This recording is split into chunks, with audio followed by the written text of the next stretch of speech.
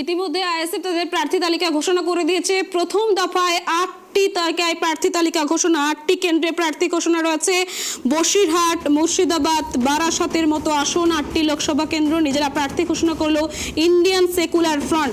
প্রথম দফায় 8টি কেন্দ্রের প্রার্থী তালিকা: মালদা উত্তর থেকে প্রার্থী মোহাম্মদ সোহেল, জয়নগর থেকে প্রার্থী মেঘনাথ হালদার, মুর্শিদাবাদ থেকে প্রার্থী হাবিব শেখ, তাপস ব্যানার্জিকে প্রার্থী করা হয়েছে বারাসত থেকে, বসিরহাট থেকে প্রার্থী করা হচ্ছে মোহাম্মদ শাহিদুল ইসলাম মোল্লাকে। আর এই বিষয়ে বিস্তারিত আমরা জেনে নেব, আমাদের টেলিফোন লাইনের প্রতিনিধি রয়েছে ত্রয়ন। এই বিষয়ে বিস্তারিত জানাও। আজকে আইএসএফ তাদের 8 দফায় প্রার্থী তালিকা ঘোষণা করলো। ত্রয়ন,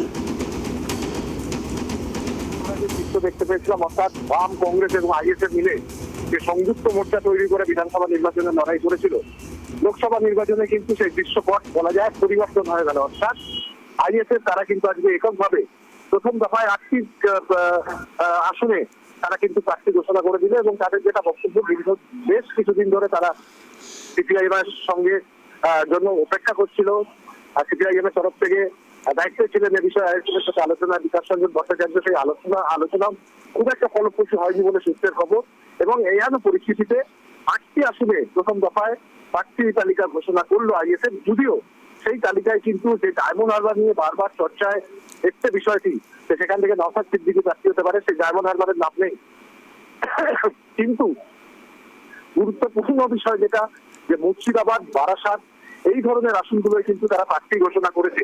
এবং তার মূল কারণ যেটা, যে মুর্শিদাবাদ কেন্দ্র থেকে কিন্তু সিপিআইএম রাজ্য সম্পাদক মোহাম্মদ সেলিম তিনি প্রার্থী হতে পারেন, সেখানে প্রার্থী ঘোষণা করে দিল আইএসএফ। ফলে স্বাভাবিকভাবেই বলা যায় যে এখানে একটা জটিলতা কিন্তু তৈরি হলো।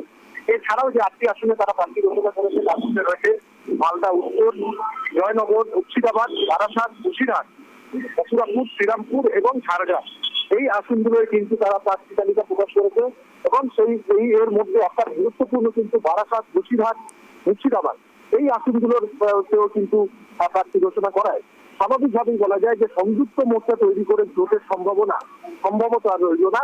হয়তো আলাদা আলাদা আইএসএফ এবং সিপিআইএম তারা আলাদা লড়াই করবে। এবং যদি কংগ্রেসের সঙ্গে সিপিআইএম এর কোনো বোঝাপড়া হয় বা বামেদের বোঝাপড়া হয়, তাহলে হয়তো কংগ্রেস এবং সিপিআইএম কে একজোট হয়ে লড়াই করতে দেখা যেতে পারে। যদিও আইএসএফ তাদের যে প্রার্থী তালিকা প্রকাশ করেছে, সেখান থেকে আলোচনার মাধ্যমে পরবর্তী সময় নাম যদি পরিবর্তন হয়, তাহলে কিন্তু সংযুক্ত মোর্চার একটা চিত্র আমরা দেখতে পাই, পেলেও পেতে পারি। ধন্যবাদ ত্রয়ন।